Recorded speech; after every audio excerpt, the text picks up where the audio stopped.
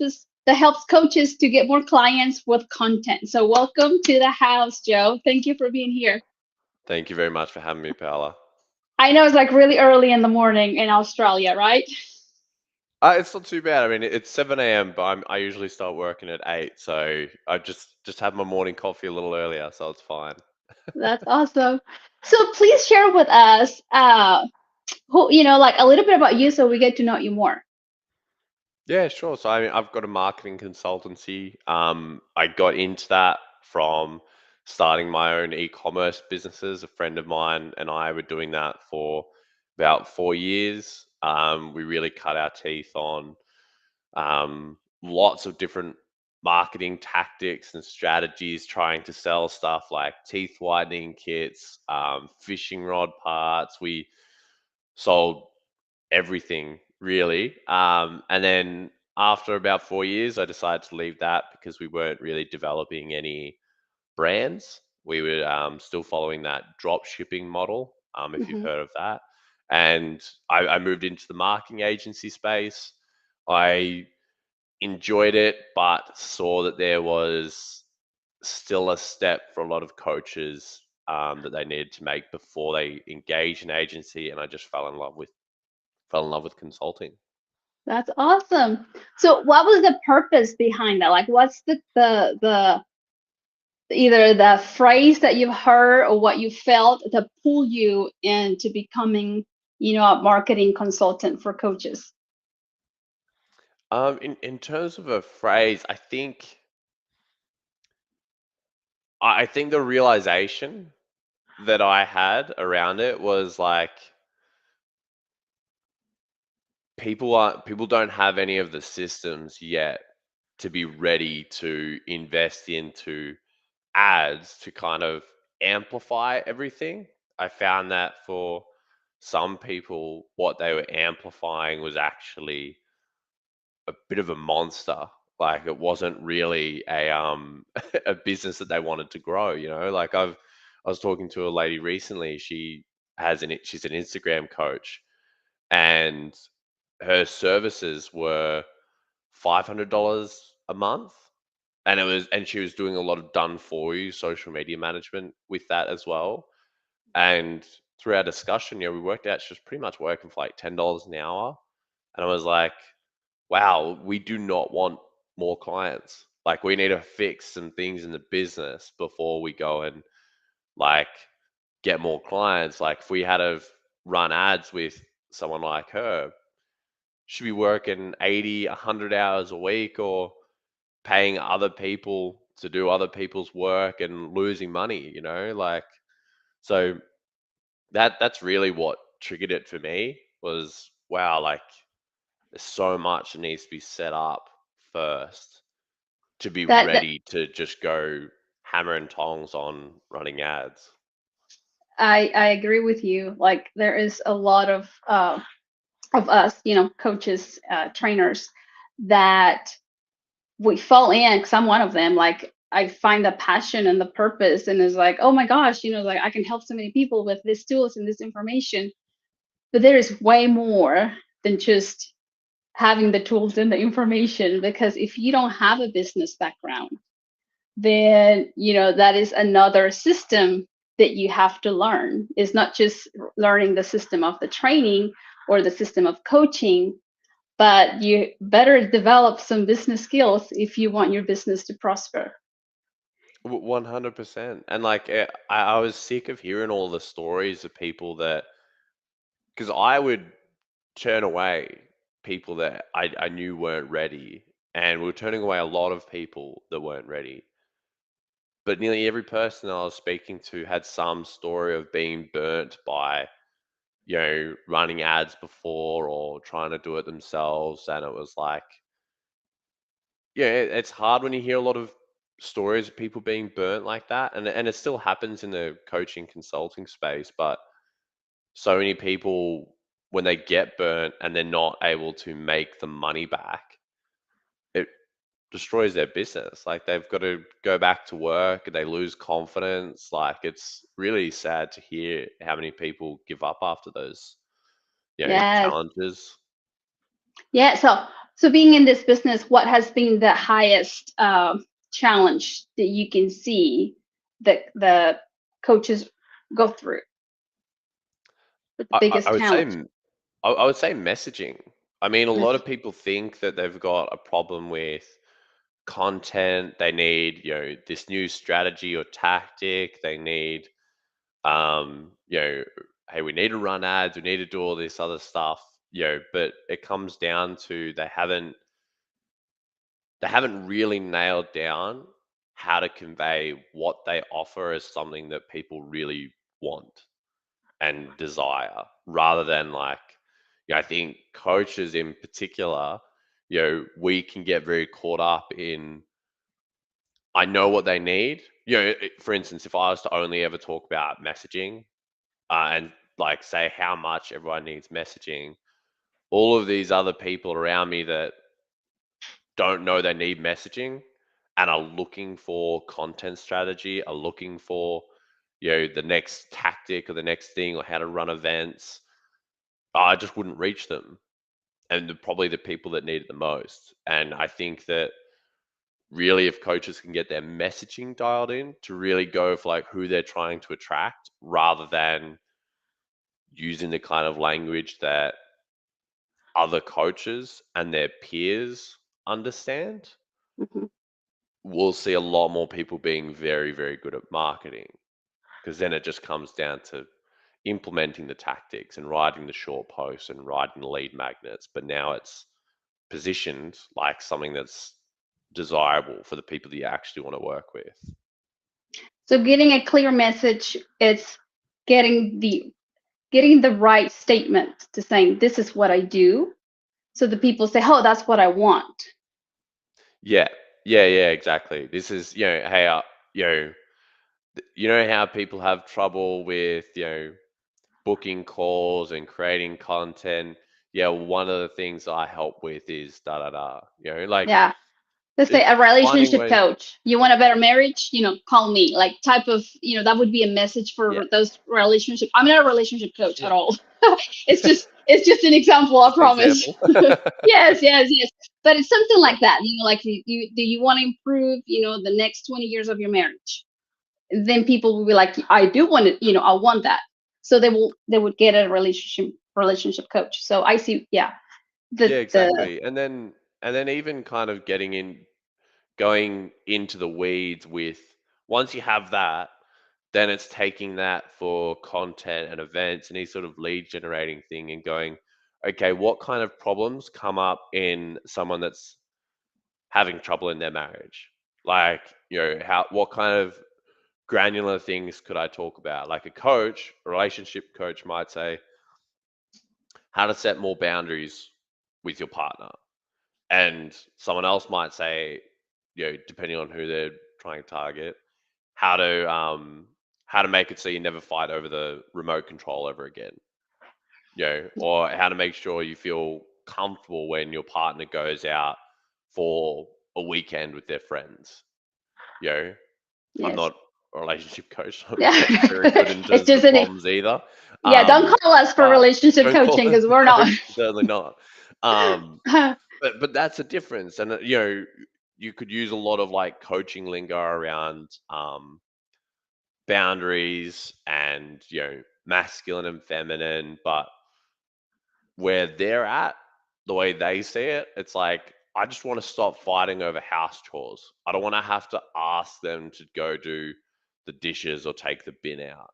Like, if you can, once you get the messaging right, then relate to the specific problems that are going on in their life, like, they will just be eating up all of your content, going like, wow, Paula really understands what I'm going through. Like, Yeah. she knows what's going on. I've got to go Mm. talk to her. If more people get that right, um, you know, it won't be as hard to get clients. That's typically the main challenge. And I see it. It's like I was just talking to someone about, I don't know, 3 days ago. And this person was, like, what should I do? He's like, this person's like, I've tried everything. And I think I just need to stop trying because I don't see the results. And I'm like, who would you be without, a year ago? Who would you be without this content that you learn and you're trying to share? And it's like, will you do it again? This person is like, yeah, I would do it again because it's good content that has healed and changed your life. So you want to go out there and share it, right? And we as coaches, we are able to implement the strategies and techniques in our life, but we need more than that. We need to learn the business skills behind it, and then we need to learn the marketing skills in order for us to deliver our talent to serve others. So I see what you see as well, that there is a lot of talented people out there, but they're stuck. And I see that it's messing with their beliefs, like you were talking about, like, and it's messing with uh like their self-doubt. But they think, well, maybe this is not for me. But it's Yeah. like I see it and I witness how good they are, and I'm like, it is for you. You just have to probably find the right marketing skills. Well, 100%. I mean, like there's an energy coach that we've been working with for a while, and one of the hardest things for him has been he's so good in the session and when he's working with people, and if they can get into his space, it's fantastic. People are drawn to him. But a lot of before us, there was a lot of assumptions that people were just going to get on calls with him, and no one was because it was hard to get people to understand that, like what that experience is like with him Mhm. in words. So like that was the gap that we had to try and relate that experience to where they're at right now. And for a lot of people that are still maybe even getting a little bit more comfortable with something like energy coaching, which for some might seem a little bit woo woo, but like, that was where we needed to hit them. And I think there's a lot of people that are really, really good. If they can just get people in their space, they're fantastic. But it's getting people in their space in the first place that's the trouble. Yes. Uh, it's gonna come back. It's like I had an idea and then it's like it went away. But it's going to come back. Uh, so what is your advice for those coaches that are out there like struggling because they think they've tried everything, and it's kind of like being on a diet for years and still have not been able to lose the weight. And if I tell you I've tried everything, I'm lying to you, because there is a lot of options out there. That means I haven't tried everything because I'm still overweight if I was in that scenario. And I think it's the same thing with us coaches. If we say we have tried everything and it hasn't worked, it's because in reality we haven't tried everything. Because one of the codes of success is that if one thing doesn't work, then try another one. And if it doesn't work, then try another one. But it's like, don't give up. So what Yeah, would and well, I would add on to that and say that I think there's a lot of people that will say they've tried everything and they've really just dipped their toes in. Like they've done a bit of it, but they either haven't done all of it or they haven't done it for long enough. So like, we can't test something over a week. Like some people that will say, oh, I was talking to people that were on my friends list and like I was creating content, but it just wasn't working. And then you find out they posted twice a week and messaged 20 people over 2 weeks. Of course, you're not going to get results. Like, there's just not, I mean, some people might, but again, unless the messaging is dialed in, like that small amount of numbers just isn't going to do it. So, like, I'm not saying that people have to go out and like cold message like 100 people by any means, but like, you have to be you have to figure out a way to generate lots of conversations. So like if you're not like if you don't want to go down the route of because all the methods work. So it's like how do I get those conversations to come to me or people raising their hand for that, so that I can still hit that volume of messages, but now I'm not, reaching out to every Tom, Dick, and Harry to get onto a call with me right away. So, you know, I, I suppose my advice to the people that are struggling is try and, rather than looking for one strategy or tactic to work and trying heaps of new things, figure out which one you liked the most, that was the most in line, and just go hard on that for long enough that you kind of can't not succeed. Like, look at how you can get enough volume through that and do that really well. And that's the way to do it. It's not I think a lot of people, they try all of these simple tactics but don't do all of them, and then they look for a more complicated tactic thinking, oh, okay, there's this step, this step, this step, this must be really, really good. And then they get confused with all of the different things and they're not doing it really well.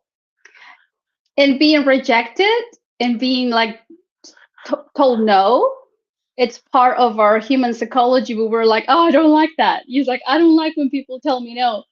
But if we want to be in business, you have to get used to people telling you no. And we You have to have get to, yeah. used to, yeah, you have to get used to, like, if they don't reply next, but you're trying.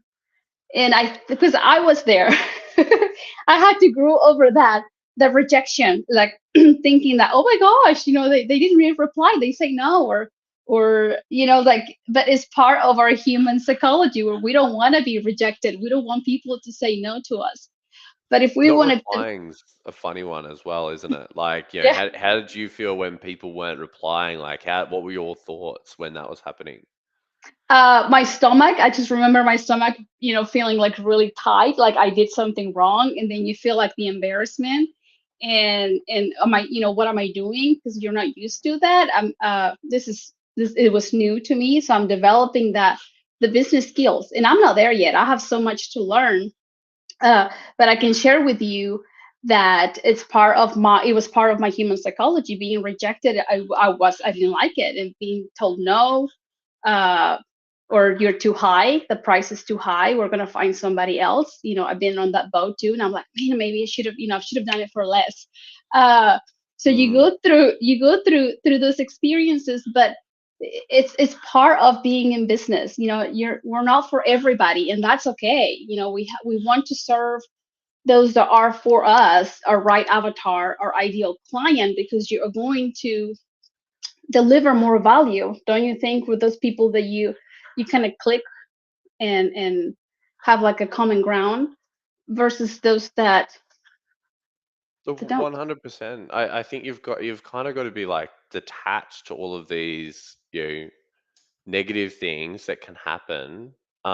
Because I mean, I've spoken to coaches that have been around for years, and because they have gone through so much rejection and like had so many people tell them that the price was too high, that they've become a little jaded, like around the people that they want to serve.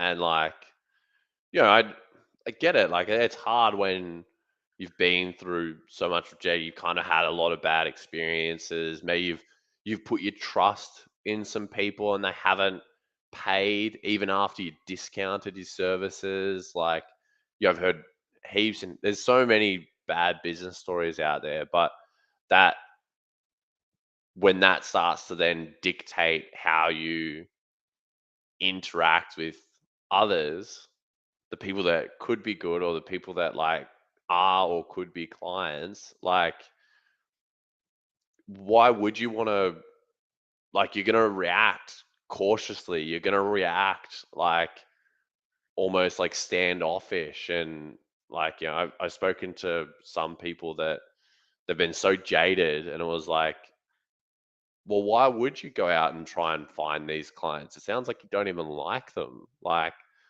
And for them, they went like, oh wow, yeah, I need to work through some stuff. Like I need to fall in love with because then when they think about it, like I do love working with these people. I've just found a lot of the wrong people. Yeah, and I think we have to fall back into our product. I mean, it's like I'm delivering, my product to you. I'm delivering my service, my coaching. Mm, And it's like, this is amazing because it has helped me and I know it has helped other people. So it's like falling in love with that is like if they say no, if they said it's too high, if they reject it and don't even reply, they say we're gonna find somebody else, that's fine. I hope that person can serve you as much as I was planning to. It's like because you know the value of your content. That's one of my big lessons. Like whenever uh, I'm afraid to contact a new person and tell them what I do, I think, look what I have to offer. And then send the text, send the message, send the email because you have a beautiful uh, content and service to deliver. And whenever we hesitate, then that means that we're not truly valuing our content. All of the trainings that we have paid for, all of the hours of coaching that we have invested in books that we have read. I mean, it's like at least it's like I know that what I have has value. So I had to change my psychology to if they say no, it's like it's not a big deal. But what I have truly matters. It will change your team. It will change your life. So that's another strategy that I had to develop. Is like I'm going to fall in love with my product because I believe in my product. And what I've learned is like you have to get like 29 no's to get your first yes or to get the next yes. So it's like business is like you're gonna hustle. Business is not like uh drinking tea and just talking. It's not gonna be that smooth. It's like you have to go out yeah. there and do the work, do the work and you're gonna learn through the process and you're going to grow. Like if you would met me a year ago, I probably had no business skills whatsoever. I probably was like very shy. Uh, I knew what I wanted, but I just didn't know how to get it. So it's like it's getting in the field and putting your heart out there. Yeah, I think there's also like you're saying, I think there's something really powerful about because I think there's some when we are very attached to a result that there's almost like this like oh, I need to get the client and you might discount and you feel like you need to like accommodate them to bring them in and it's kind of like who's doing who's doing who a favor. Like, are they doing you a favor by getting your help? Like, it doesn't make sense. So, like, you need to, like, as coaches, we have to be like super strong on like, I really think that I can help you and I want to do everything that I can to be of service to you, but this is how it works. Like, I'm doing you the favor, I'm helping you. Like if you don't want that help, awesome. Or if I don't also think that I can help you, then I also need to be fully willing to walk away. Of Like course. I don't think Yeah. there's enough people that, and I get it. Like if you've been long enough without sales, it's hard. You sort of need to find a way to make income. But yeah, there's plenty of people that we've jumped onto calls with in our team and said they're just not a fit. I think that they're going to be better for this person down the road that does something similar, but their approach is a little bit different. And I think that they're going to be better for that person. Yeah. I have a friend that she turns down 90% of her discovery calls, but she refers them to other people. But she Yeah. said it's like they're not my fit. And if I know I can't help them 100%, she's like, I'm not going to take them for the money. It's like, because in reality, we want to show results because the referral is what counts. Like after I transform the whatever you're going through, better your life, help you transform to a better person with more skills, stronger, and with more love. then I mean that's priority number one. Make sure that you get the value, and then after that is like they're gonna say, "Hey, she helped me," or "She did a bad job." So you want those clients that you truly connect, and you're like, "Okay, I can help her, or I can help him uh, navigate through this situation." So yes, it's kind of like we were saying a while ago. It's like you and I, we're just giving examples of relationship, but we don't coach uh relationships I'm because we sure would. no one reaches out. Yes, it's like no, so we know what we're capable of, and Mm, yeah, we need to be true to our honest to ourselves, and mentor uh others. It's like use our mentor skills and coaching skills to help others. So I totally agree with you that yeah, just like make sure that whoever client you uh serve is someone that you can truly add value to them. So, what inspires you to show up every day to serve these coaches? Look, through the coaches that I have worked with, I've really fallen in love with the impact that they want to have. Like when we started off, when I started off in e-commerce, all of it was about making money, for myself. Like there was no other drive or altruism behind it. And then the marketing agency wasn't that dissimilar. I wanted to work with people. I thought, I want to help other people at the same time. And really, since moving into the structure that we've got now and working with people, I really look at it as a vehicle to be able to help more people than my clients. That I know I will never see a cent from. Like we're really trying to create a platform and so many resources that there will be a lot of people outside of the people that we work with that will get to have that ripple effect. Like our brand now as digital difference makers is to try and attract people that want to make a difference in the world and think about what they want the world to look like in 15, 20 years. And I think that when we all think like that, particularly as business owners, as people that can really, really impact the world and have a massive ripple effect, we have that reach gets a lot bigger when we start thinking a little bit more long term rather than just, I want to help these individual people. So that's a message that we really want to spread. That's one thing that I love getting up every day and just thinking, how can I help spread this message? And it's why I don't just spend all my time like messaging people and worrying about like outbound stuff. I'm much heavier on building an audience and creating lots of content and getting on all the different platforms. And eventually we'll have a platform to be able to speak on more things, get our podcast out there. So that's really the main mission for me behind this. That is beautiful because we need it as a coach, as a trainer. I've not regret every training I've taken. I've not regret those mentors that I still have in my life, those coaches that I still have in my life, people that I've met because I've seen their growth, and I just figure out that there's always room for improvement. So thank you for doing what you do, because of coaches like me, they're at a lower level than you are. We need you, we need your guidance, where it's like, hey, I've been here before and this is what works for me. So you guys are a guide for those of us that are trying to reach uh, higher levels in our business. And if you are out there listening, and if you are a trainer, if you're a coach, know that we don't know it all. In one training, one masterclass, it's not it. Because it takes the marketing in place, the copywriting. That's the one I forgot, because copywriting is so important. That's how you attract your client.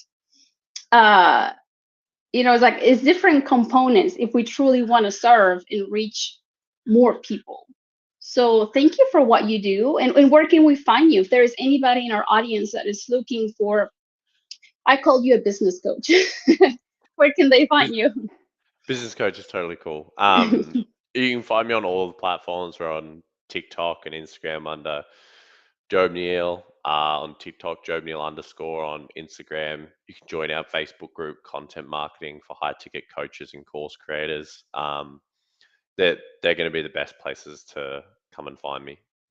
Well, awesome. Thank you for your time. Like you gave us your first 30 minutes of the day.